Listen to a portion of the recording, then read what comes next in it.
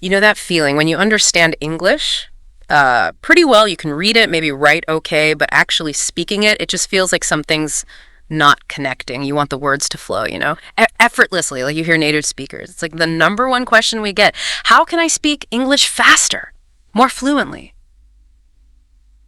Well, you are definitely in the right place today because that's exactly what we're going to dig into. It really is a fundamental question.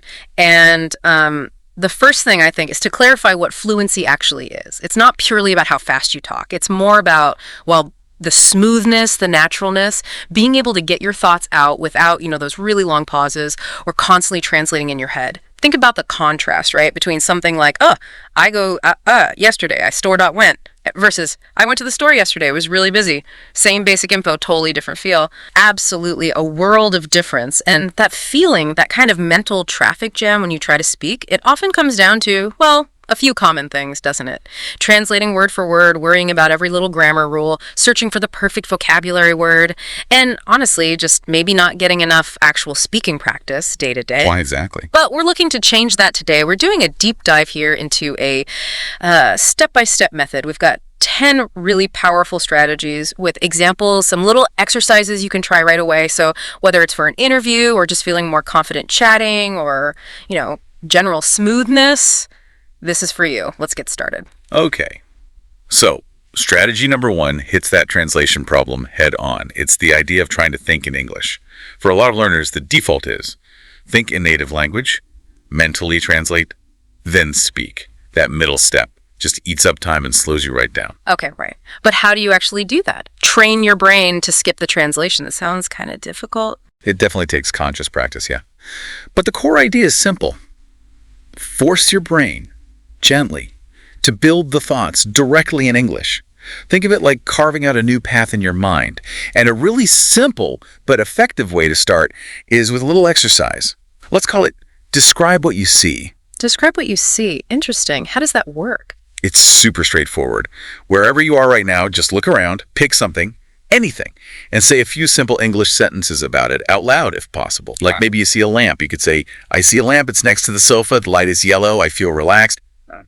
The goal isn't complex sentences, it's just getting the English thoughts out without that native language detour first. Ah, I see. So you're creating a direct line from observation to English thought, bypassing the middleman. Exactly. You're avoiding that translation workload. Try doing it for just, say, 2 or 3 minutes every day. It might feel a bit odd at first, talking to yourself, but it's genuinely powerful for building those direct English thinking patterns. Okay, I get it. Cut out the middle step. Makes sense for speed. What's our next strategy then? Strategy 2 is something called shadowing. Basically, you listen to a native English speaker and you repeat exactly what they say almost at the very same time. Like your voice is their shadow, following closely behind. Shadowing. That sounds tricky. What's the benefit there for speaking faster? Oh, it has quite a few benefits, actually. Because you're trying to keep up, it naturally nudges your speaking speed higher. But it's also fantastic for your pronunciation, your intonation, the music of English. You start to absorb the rhythm, how words link together smoothly. Plus, it trains your brain to listen and speak simultaneously. Big workout for fluency. Okay, can you give an example? How would someone actually practice shadowing? Sure. Imagine you hear a short audio clip, maybe someone saying, "Hey, how's it going? Haven't seen you in ages."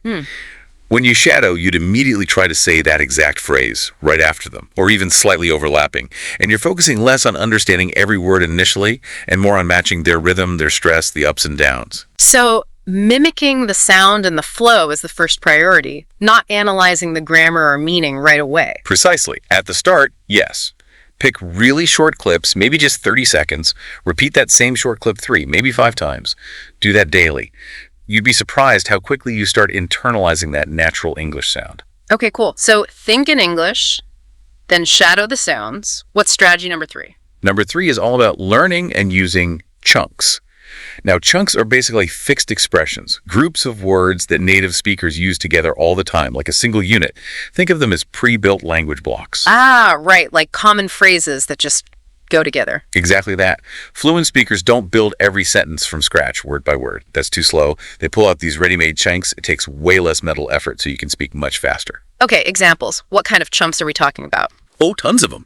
Things like, at the moment, or to be honest, maybe a couple of days ago, it's up to you. Even slightly longer ones, like, I don't really know, but these are all chunks. You grab the whole phrase, not individual words. Right. Instead of thinking 1, 2 days before, you just grab a couple of days ago much faster. That's the idea. And here's a little challenge for you for today. Try to consciously use these 3 chunks. As far as I know, it doesn't matter. Or, and can you give me a hand? Yeah. Just try weaving them into your thoughts, or maybe even a quick practice conversation you imagine. I like that. Actively using them. So we're learning word groups, not just single words. Okay, what's next on the list? Strategy 4 builds on that idea of making speaking feel less like starting from zero every time. It's about mastering sentence starters. Useful little phrases to get you going quickly, especially helpful when you're maybe a bit unsure what to say next. Gotcha. Like little launch pads for your sentences? Exactly. Verbal launch pads. What? They buy your brain a second or two and stop those awkward silences while you formulate your main point. Makes sense.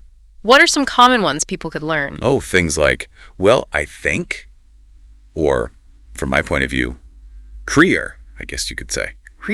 Even something like, actually, I'm not sure, but works. It sounds natural, gives you a moment. That's really practical. Sometimes just getting started is the hardest part. How can people practice these effectively? A good way is to write down maybe 10 useful sentence starters.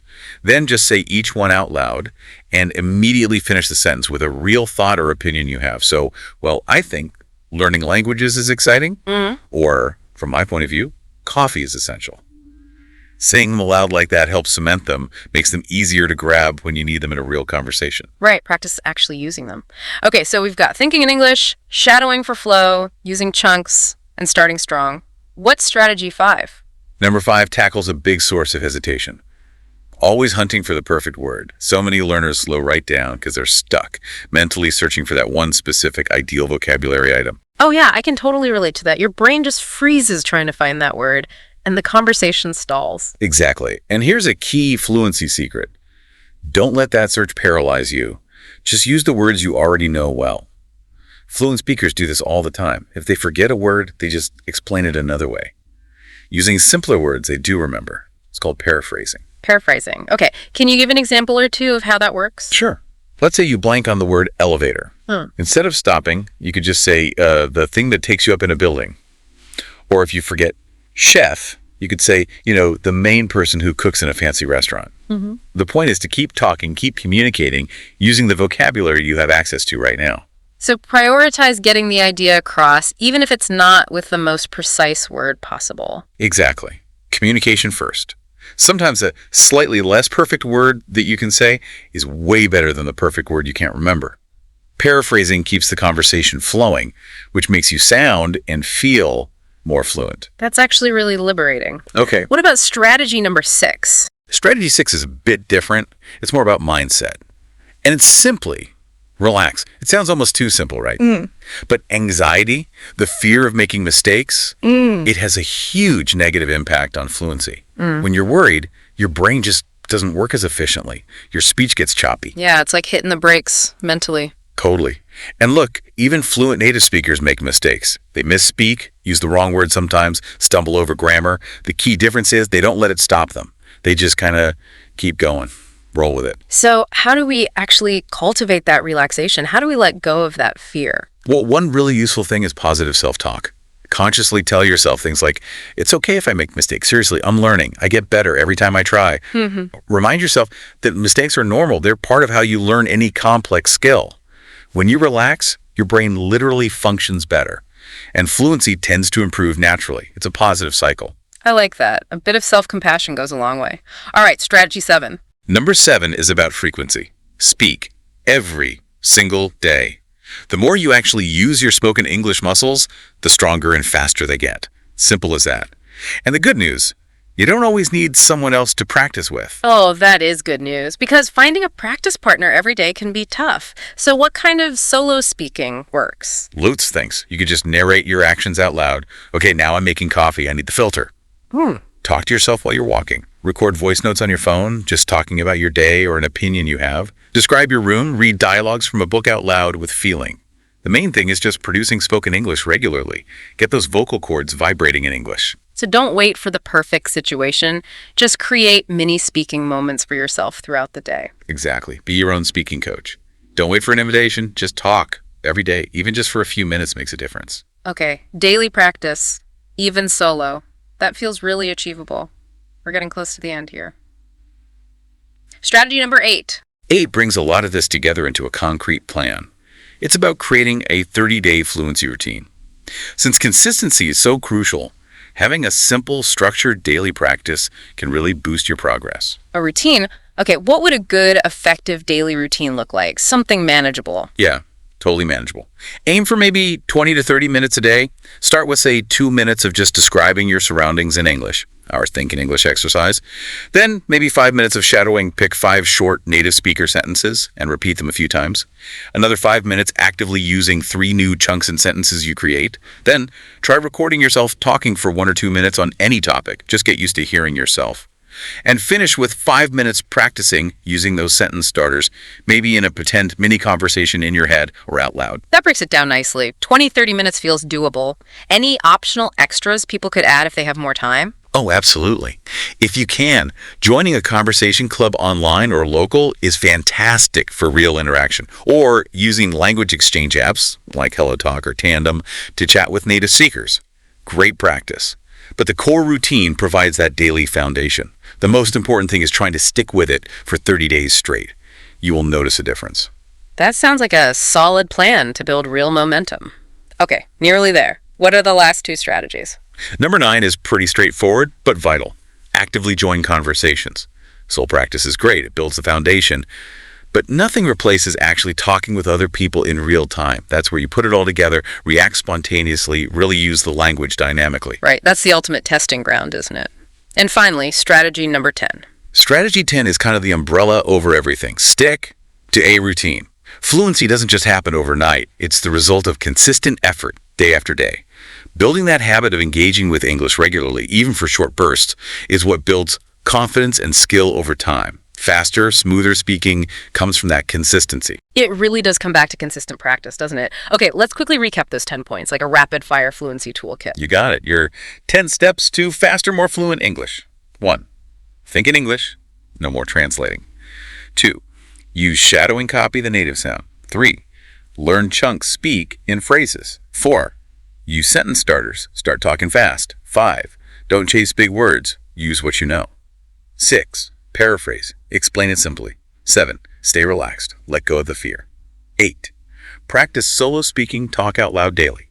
9. Join conversations. Talk to real people. 10. Stick to a routine. Consistency is key. Fantastic. That's a really clear, actionable set of strategies. Thanks so much for walking us through those. My pleasure. And just, remember, improving fluency is a journey. It takes time. It takes dedication. But if you actually start using these strategies, putting them into practice, you really will start to feel and hear a difference in your speed and your confidence. And that wraps up our deep dive today into speaking English faster and more fluently. Thanks so much for joining us. If you found this helpful, maybe share it with another English learner you know who might benefit too. And always, always remember, fluency isn't about perfection. It's about progress. It's about confidence. It's about practice. So just keep speaking, keep learning, keep improving. We'll catch you on the next deep dive. Oh, and if folks are interested in something more structured, like a workbook with checklists, scripts for shadowing, things like that, well, that's something we might think about putting together down the road. Until next time, take care and keep practicing.